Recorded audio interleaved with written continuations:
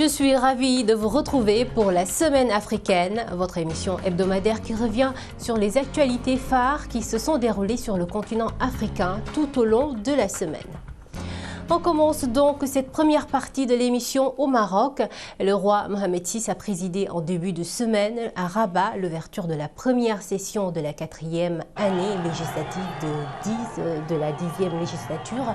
Il était accompagné du prince héritier Moulay El Hassan et du prince Moulay Rachid. Dans un discours prononcé devant les membres des deux chambres du Parlement, le souverain a appelé les élus à agir dans un esprit d'émulation constructive afin de servir les intérêts des citoyens. Et dans son discours, le roi Mohamed VI a précisé plutôt que cette année législative devait être marquée par la responsabilité et le sérieux. Justement, le chroniqueur politique de Média TV, Fad Iraki, a décrypté les grandes lignes du discours du souverain. Je vous propose de l'écouter. En fait, le souverain a choisi d'axer son propos, d'axer son discours autour d'un seul secteur, notamment le secteur bancaire. Et c'est ce qui fait sans doute ce caractère inédit. Voilà, donc le roi, à ce propos, par rapport au secteur bancaire, a donné ses instructions pour que justement tous les acteurs, dans ce sens, les établissements de crédit, les banques de manière générale, ou les autorités monétaires, avec le gouvernement bien évidemment et les élus, doivent concentrer un peu les efforts pour une implication plus importante de ce secteur dans le dynamisme que connaît l'économie marocaine, c'est-à-dire de s'impliquer davantage dans son financement. Et cela passe entre autres par la mise en place de ce programme auquel le roi a appelé et qui devrait concerner l'appui aux jeunes diplômés et le financement de l'auto-emploi.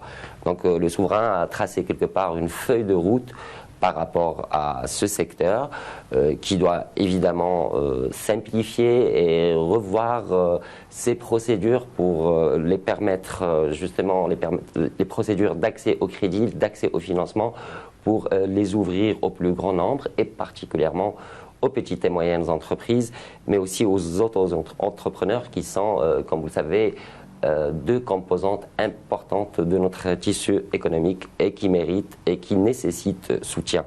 Donc cela passe, comme on a dit, par la simplification des procédures d'accès et la facilitation d'accès aux prestations bancaires. Donc en plus de, on va dire, de ce discours sectoriel, de cet aspect sectoriel et pointu, le discours du roi Mohamed VI a aussi la particularité cette fois-ci d'avoir été prononcé devant une nouvelle équipe gouvernementale qui venait à peine de prendre ses fonctions, car là aussi, vous avez dû certainement le suivre, 48 heures avant cette rentrée politique des parlementaires, le gouvernement Saad-Eddine El-Ajmani a été remanié comme cela a été demandé par le roi lors de son dernier discours du trône. On change de cap pour parler des élections sur le continent africain. En Tunisie, la victoire de Kais Saïed est confirmée. L'universitaire a remporté la présidentielle avec plus de 70% des voix lors du second tour de la présidentielle dimanche dernier. Et c'était l'euphorie dans les rues de Tunis après la publication des résultats. Des milliers de personnes sont sorties manifester leur joie, suivant le reportage de notre correspondante à Tunis, Najwa Bécha. Avec sa posture rigide, son calme habituel, il rentre dans la salle de conférence devant ses partisans et des journalistes venus des 4 coins du monde. Kais Saïed remercie tous les citoyens qui ont voté en sa faveur en assurant qu'une nouvelle page de l'histoire s'ouvre. Selon les premiers sondages sortis des urnes, le candidat juriste récolte plus de 72,53% des voix contre 27,47% pour Nabil El-Karoui. Nous avons réalisé une révolution à travers les urnes. Nous entrons dans une nouvelle ère de notre histoire. Et nous allons relever tous les défis avec notre sang, notre sueur et notre détermination, notamment économique et sociale, car le peuple attend des solutions dans ces domaines. La publication de ce sondage a déclenché des cris de joie parmi les partisans de Kais Saïed. Des Tunisiens, avec toutes leurs différences, se sont réunis à l'avenue Habib Bourguiba, symbole de la révolution tunisienne, pour fêter l'événement. C'est une personne qui comprend la politique. Une personne qui connaît la valeur du pays, qui connaît la valeur du peuple tunisien. C'est pour ça que tous les jeunes ont choisi Kais Saïed. Les jeunes ont réalisé une nouvelle révolution, mais cette fois-ci, c'est à travers les urnes. On a pu récupérer le pouvoir, le sens révolutionnaire continue. Kais Saïed a affirmé qu'il sera à la hauteur des attentes des Tunisiens et que le slogan scandé en janvier 2011, « Le peuple veut », est désormais un rêve qui se réalise, faisant savoir que la continuité de l'État et le respect de ses engagements internationaux seront assurés. La majorité des jeunes Tunisiens vivent des moments historiques au goût d'une nouvelle révolution. Les différents sondages sortis des urnes le donnent largement vainqueur. Kais Saïed s'installera dans quelques jours à Carthage. Najwa Bécham, Médien TV, Tunis. Autre élection, les Mozambicains ont voté cette semaine pour des élections présidentielles, législatives et provinciales. Après une campagne électorale violente, le scrutin semblait être difficile pour le parti au pouvoir depuis plus de 40 ans dans un pays affaibli par la crise économique et les conflits armés. Sauf surprise, le chef de l'État sortant, Philippe Nyusi, et son front de libération du Mozambique devraient une nouvelle fois l'emporter sur le rival Issoufou. Momad et sa résistance nationale du Mozambique lors de la présidentielle et des législatives. Après le scrutin, les résultats complets de ce triple vote devraient être disponibles dans un délai de 15 jours. Direction l'Algérie, 18 personnalités nationales ont lancé un appel implicite au report du scrutin du 12 décembre. Il n'est pas possible, d'après elles, d'envisager de véritables élections dans ces conditions. Ces personnalités algériennes estiment que l'impasse politique actuelle est née des pratiques du pouvoir individuel et du recours à la fraude et à l'annonce de faux résultats à chaque consultation électorale. Et toujours en Algérie, les étudiants ont encore manifesté ce mardi à Alger pour la 34e mardi consécutif. Une manifestation qui a débuté dans la crainte. À ce sujet, écoutons notre correspondant à Alger, Faisal Matoui. Contrairement au mardi écoulé, lorsqu'il y a eu une intervention de la police contre la marche des étudiants, ce mardi, la marche s'est déroulée plutôt dans le calme. Les étudiants ont suivi l'itinéraire habituel, c'est-à-dire à partir de la place des Martyrs, non loin du quartier populaire de Bebel-Oued, en traversant les principales artères, toujours avec les mêmes slogans, c'est-à-dire les slogans qui ont déjà été exprimés par le passé, refus de la tenue des élections présidentielles dans les conditions actuelles, demande de départ de symboles du pouvoir, notamment le Premier ministre Nordin Bedi. Pour les étudiants, il a été nommé par l'ex-président Abdelaziz Bouteflika, il doit partir selon eux. Et il y a eu aussi des appels critiquant la nouvelle loi sur les hydrocarbures, enfin le projet de loi sur les hydrocarbures, puisqu'il a été adopté en Conseil des ministres, il n'est pas passé encore par le Parlement. Et parmi les appels aussi des étudiants, c'est la libération de tous les détenus qui ont été mis en prison ces dernières semaines. À Dakar, la xénophobie et le repli identitaire étaient au centre du débat organisé cette semaine par le Centre de recherche ouest-africain. Cette problématique inquiète les intellectuels sénégalais soucieux du vivre ensemble sur le continent africain. C'est un reportage de Régis Moukila et Sanoussi Soné. Ces intellectuels, décideurs sénégalais et africains se sont réunis pour tirer la sonnette d'alarme et mettre en garde contre la montée de la xénophobie en Afrique, constatée notamment en Afrique du Sud. En septembre dernier, une vague d'émeutes xénophobes a affecté plusieurs villes du pays et des centaines de commerces et de biens appartenant à des étrangers ont été saccagés et incendiés. Avec l'agenda 2020 de l'Union africaine qui vise à faciliter la liberté de circulation, avec la zone de libre-échange, nous allons probablement assister à un accroissement des flux migratoires interafricains qui pourraient déclencher des réactions xénophobes si les États ne prennent pas les mesures adéquates. Selon les intellectuels présents, les États-Unis d'Afrique restent un atout indéniable pour répondre aux différents maux qui minent le continent, fragilisé par le mutisme et la faiblesse des réactions des États africains.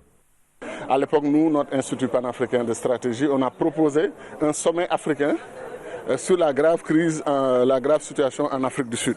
Ça aurait permis de discuter et de trouver peut-être des stratégies entre Africains pour que ça ne se reproduise plus.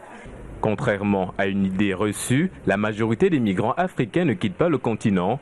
Selon la Banque africaine de développement, 80% de la migration s'effectue à l'intérieur de l'Afrique. Face à la montée de la xénophobie, le vivre ensemble reste un défi majeur.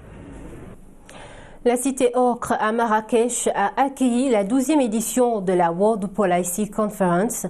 Durant 3 jours, les participants se sont penchés sur les défis auxquels l'Afrique et le monde font face, les enjeux des technologies, l'environnement ainsi que les grandes questions économiques de l'heure ont été au cœur des discussions placées sous le haut patronage du roi Mohamed VI. Cette conférence a pour mission de promouvoir un monde plus ouvert, plus prospère et plus juste. Nous avons ainsi complété vos ambitions dans l'observation de la nature.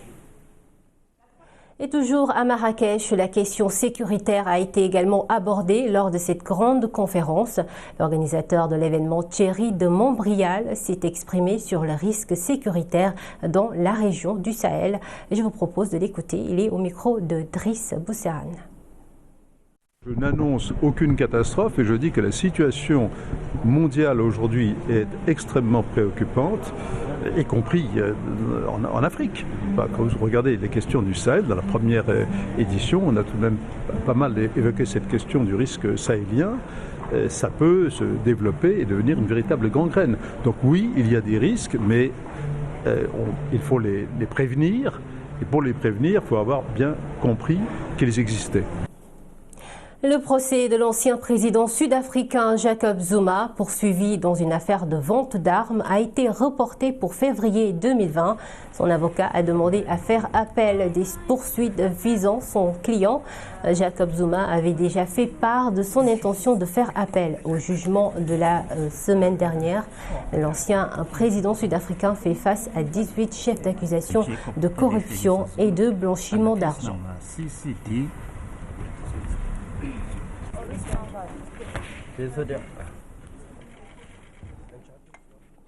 L'actualité cette semaine, c'est aussi l'ambassadeur du roi Mohamed VI à Pretoria, Youssef Amrani, qui a présenté au président sud-africain Cyril Ramaphosa ses lettres de créance en tant qu'ambassadeur extraordinaire et plénipotentiaire du souverain auprès de ce pays. Youssef Amrani a plaidé à cette occasion pour un renforcement global des liens privilégiés et historiques que les deux pays ont hérité de la lutte qu'ils ont menée ensemble et dans un esprit de solidarité contre l'apartheid et pour la libération du continent africain. C'est ce qu'a déclaré l'ambassadeur qui s'est dit convaincu que le rapprochement entre les deux pays sera avantageux pour le continent. Passons à présent à la deuxième partie de cette émission qui concerne le retour sur les meilleurs moments de nos émissions de débat de la semaine africaine. Au terme des 3 jours de dialogue politique au Bénin entre le président Patrice Talon et 8 partis de l'opposition, 18 recommandations ont été retenues. Parmi elles, l'organisation des élections générales anticipées en 2020 ou 2021, précédées du toilettage de la charte des partis politiques et du code électoral. Depuis Dakar, Aminata Cham a reçu cette semaine, dans le cadre de l'invité de la rédaction, le politologue Mathias Onke. Il a apporté une réponse concernant la possibilité ou non de mettre en œuvre ces recommandations sans l'avis des autres forces de l'opposition, notamment l'Union sociale libérale qui n'a pas pris part au dialogue. Regardez. Je peux dire que de façon générale, tout le monde devrait être d'accord avec ces amendements, mais c'est le contenu qui va décider des positions que les uns et les autres vont occuper une fois qu'on sera à la phase d'opérationnalisation de ces amendements. Vous le dites bien, tout le monde devrait être d'accord, sauf que tout le monde n'y a pas pris part. Exactement. Donc il est possible, parce que ça dépend, n'est-ce pas, des motivations du gouvernement, en décidant d'aller à ces dialogues. Une fois que le dialogue est terminé, il est possible que certaines des recommandations, une fois mises en œuvre, profitent bien à l'opposition. Mais en politique, il vaut mieux avoir tout le monde avec soi au moment, n'est-ce pas, de la préparation des réformes que de leur présenter des réformes, même quand ces dernières vont dans leurs intérêts. En politique, c'est extrêmement difficile. On peut même aller contre vous pour quelque chose qui vous arrange. Toujours sur Médéan TV Afrique, depuis Dakar encore, Papangane Diouf s'est intéressé dans l'émission Talk Afrique à la réforme institutionnelle et la limitation des mandats présidentiels. Une question socio-politique qui a d'ailleurs été évoquée récemment à Niamey lors d'un forum qui a réuni les anciens chefs d'État et de gouvernement africains. Suivons son entretien avec Moussa Sarr, un avocat au barreau du Sénégal qui était l'un des invités. À l'interne, je dis ce déficit démocratique que vivent les acteurs politiques se répercute lorsqu'ils arrivent au pouvoir, où ils ont plus de moyens financiers, il y a les forces de l'ordre, etc. Donc ce n'est pas étonnant. Mais en tout état de cause, il nous appartient, et il nous appartient aux États, au peuple africain, de créer les conditions au niveau de la charte fondamentale, de nos constitutions, de sanctuariser l'impossibilité de solliciter un troisième mandat. Ça veut dire d'indiquer que dans un pays, on n'a pas droit à plus de 2 mandats successifs. Sanctuariser, en indiquant que cela n'est pas susceptible d'une révision constitutionnelle. Ça, c'est le premier élément. Si on sanctuarise cela, et de manière claire, en indiquant également qu'on n'a pas droit à 2 mandats, on peut être encore plus précis en précisant que ce mandat, que cette disposition entre immédiatement en vigueur, même le mandat obtenu avant cette disposition, etc. C'est pour vraiment éviter des possibilités d'interprétation pour ne pas polluer l'atmosphère politique et ne pas créer des situations d'instabilité politique qui peuvent avoir des répercussions sur le plan social. Nous ouvrons à présent la page consacrée à la culture dans cette dernière partie de l'émission avec l'ouverture de la 12e édition du Salon du Cheval d'El Jadida au Maroc. Elle se tient jusqu'au 20 octobre sous le thème « Le cheval dans les écosystèmes marocains ». L'événement a été présidé par le prince Moulay El Rachid. Il a effectué une tournée dans différents stands d'exposition du salon dédié notamment au village des sponsors, à la maison de l'artisan, au village des éleveurs, au village international, au village institutionnel, celui des arts et cultures, aux forces armées royales et à la gendarmerie et à la garde royale, à la direction générale de la sûreté nationale et aux forces auxiliaires. Et pour cette 12e édition du Salon du Cheval, les animations et les spectacles équestres sont au rendez-vous. C'est une panoplie de spectacles qui est attendue. Les festivités dureront jusqu'au 20 octobre prochain. Les détails avec le récit d'Ala Benani.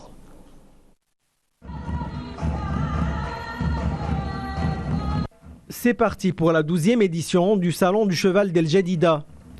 Jusqu'au 20 octobre, la carrière principale du salon offrira une panoplie de spectacles équestres exécutés par des troupes de cavaliers marocains et étrangers. D'autres spectacles de fantasia sont prévus dans la carrière de la Tborida, animée par 12 troupes d'Issorba représentant les différentes régions du Maroc.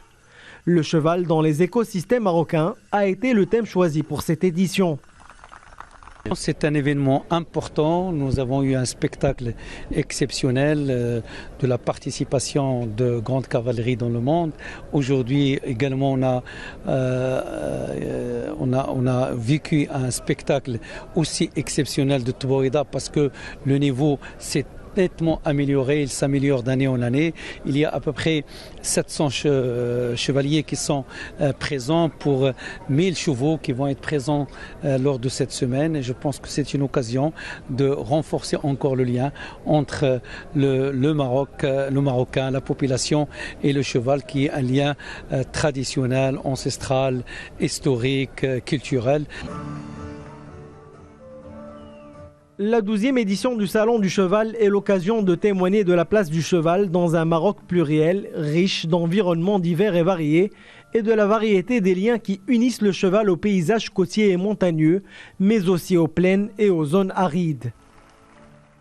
Le thème de cette année, comme vous le savez, est le cheval dans l'environnement culturel marocain.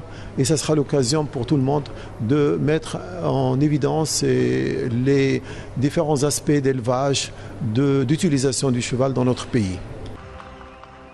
Plus de 700 cavaliers venus d'une quarantaine de pays participeront aux différentes compétitions du salon. Parmi celles-ci, la 4e édition du Grand Prix de Sa Majesté le Roi Mohamed VI de Tborida, le show international catégorie A du pur sang arabe ou encore le championnat international du cheval barbe. Le salon proposera également une série de conférences en relation avec le cheval animées par des experts de renommée.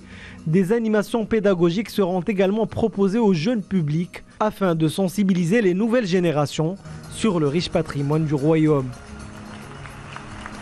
On termine au Mali où, afin de rendre le slam populaire, l'association Jeunesse Art organise depuis maintenant 3 ans l'école du slam. Sa vocation, enseigner aux aspirants slameurs les techniques pour bien exercer cet art. Au terme de 2 mois de formation, de jeunes slameurs ont émerveillé le public à l'Institut français de Bamako. C'est un reportage de notre correspondant sur place, Mohamed Danyoko. Sous les fallacieux prétextes qu'elles m'ont excisé, soi-disant qu'elles voulaient rendre ma féminité civilisée, or, elles m'ont rendu faible et diminuée. À l'image de ce slam qui dénonce les mutilations génitales féminines, les textes des slameurs maliens sont de plus en plus engagés pour interpeller sur ce qui ne va pas dans la société. Nous, le slameur, on veut toujours parler sur le VGB, la violence basée sur les genres. Parce que dans nos sociétés, si vous regardez aujourd'hui ce qui se passe, il y a trop de choses, des hommes qui tuent leurs femmes, des femmes aussi qui tuent des hommes, même si ça passe inaperçu. Pour faire en sorte que cet art soit connu et maîtrisé par les jeunes qui aspirent à devenir slameurs, l'association Jeunesse Art a organisé l'école du slam. Pendant 2 mois, les 20 candidats, 18 filles et 2 garçons, retenus sur la 50aine de candidats, ont été formés aux différentes techniques du slam. Ils ont appris à écrire, à bien écrire. Au début, la manière dont on écrit quand on slam, ce n'est pas la même manière quand on écrit un livre ou bien tout simplement quand on veut écrire à un ami un message. Donc on a métamorphosé leur façon d'écrire des textes, de transformer des phrases en vers. En des vers qui peuvent être rythmés, rimés et tout ça. La restitution qui a eu lieu au sein de l'Institut français de Bamako a été un moment pour les jeunes de montrer au public le fruit de la formation. Et voilà ce qui a fait l'essentiel de l'actualité africaine de la semaine. Merci à vous de l'avoir suivi. On se retrouve très bientôt pour un nouveau numéro de la semaine africaine. Excellente suite des programmes sur Média TV Afrique.